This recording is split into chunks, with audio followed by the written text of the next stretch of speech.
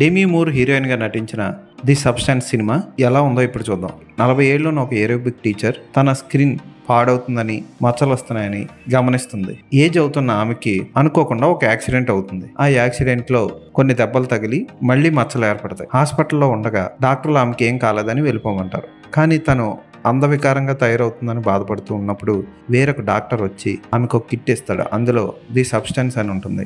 అందులో చెప్పినట్టు ఒక రూమ్ లోకి వెళ్ళి చూస్తే ఒక కిట్ ఉంటుంది. ఆ కిట్ లో ఉన్న ఇంజెక్షన్ చేసుకోగానే ఆమె బాడీలోంచి, ఆమె వెన్నుపూసలోంచి, వీపులోంచి ఆమె యంగర్ వెర్షన్ చాలా లేతగా మంచి ఫిట్గా ఉన్న బాడీతో వస్తుంది. అయితే ఒక్కొక్కళ్ళు ఒరిజినల్ వెర్షన్కి, యంగర్ వెర్షన్కి 7 రోజులు మాత్రమే వ్యాలిడిటీ ఉంటుంది. అంటే ఒక 7 రోజులు ఒరిజినల్ వెర్షన్ బతికితే మరో 7 రోజులు యంగర్ వెర్షన్ బతకాలి. యంగర్ వెర్షన్ బయటకు వచ్చిన వెంటనే ఓల్డర్ వెర్షన్ వీపును కుట్టేసి ఇద్దరు బ్లడ్ ట్రాన్స్ఫర్ చేసుకున్న తర్వాత యంగర్ వెర్షన్కి మంచి పేరు వస్తుంది. అయితే మళ్ళీ 7 రోజుల తర్వాత అటు ఇటు మారుతూ ఉంటారు. కొద్ది రోజులు అయిన తర్వాత ఎక్కువ కాలం ఉండాలనుకుని ఓల్డర్ వెర్షన్ని నెగ్లెక్ట్ చేస్తుంది. అయితే ఓల్డర్ వెర్షన్ మరింత దారుణంగా వేళ్ళు పాడైపోయి, కాళ్ళు పాడైపోయి కుళ్ళిపోతూ ఉంటుంది. ఆమె యంగర్ వెర్షన్ చూసి కుళ్ళుకుంటుంది. ఆమెను పూర్తిగా లేకుండా చేద్దామని ట్రై చేసుకునే క్రమంలో ఏం జరిగింది, యంగర్ వెర్షన్ గెలిచిందా, ఒరిజినల్ వెర్షన్ ఓల్డర్ వెర్షనే మిగిలిందా అన్నది సినిమా చూసి తెలుసుకోవాలి.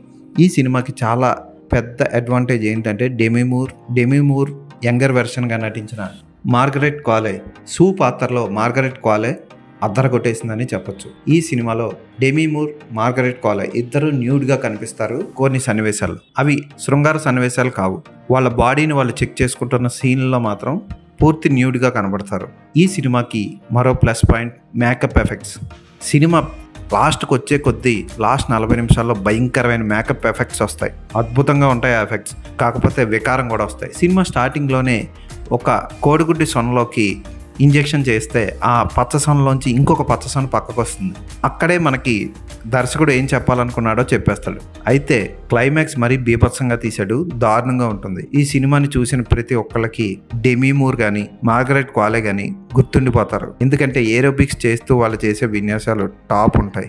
ఒరిజినల్ వెర్షన్ చికెన్ తింటే యంగర్ వెర్షన్ పిర్రలోంచి చికెన్ లెగ్ పీస్ రావడం లాంటివి భయం పుట్టిస్తాయి. చాలా వెరైటీగా ఉంది ఈ సినిమా. ఖచ్చితంగా ఈ సినిమాని ఒకసారి ఖచ్చితంగా చూడండి. మైండ్ బ్లాక్ అయిపోతుంది ఈ సినిమా. అసలు మీకు ఇలాంటి సినిమా కూడా తీయొచ్చా అన్న ఫీలింగ్ కలిగిస్తుంది ఈ సినిమా. అస్సలు మిస్ కాకండి. ఈ సినిమాకి నేను ఇచ్చే రేటింగ్ 4/5.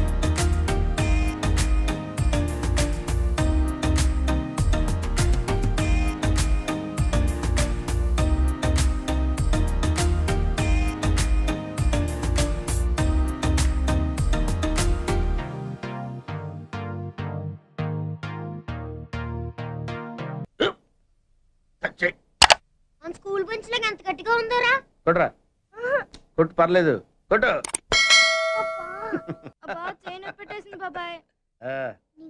ఏంటి నువ్వు కొడతావా? కమా బిట్ మీ యార్. వద్దు బాబాయ్. వాణ్ణి నేను కొట్టడం లేదమ్మా, వాణ్ణే నన్ను కొట్టమంటున్నాను. నువ్వేం కంగారు పడక్కర్లేదు. అడుగుతావేంటి?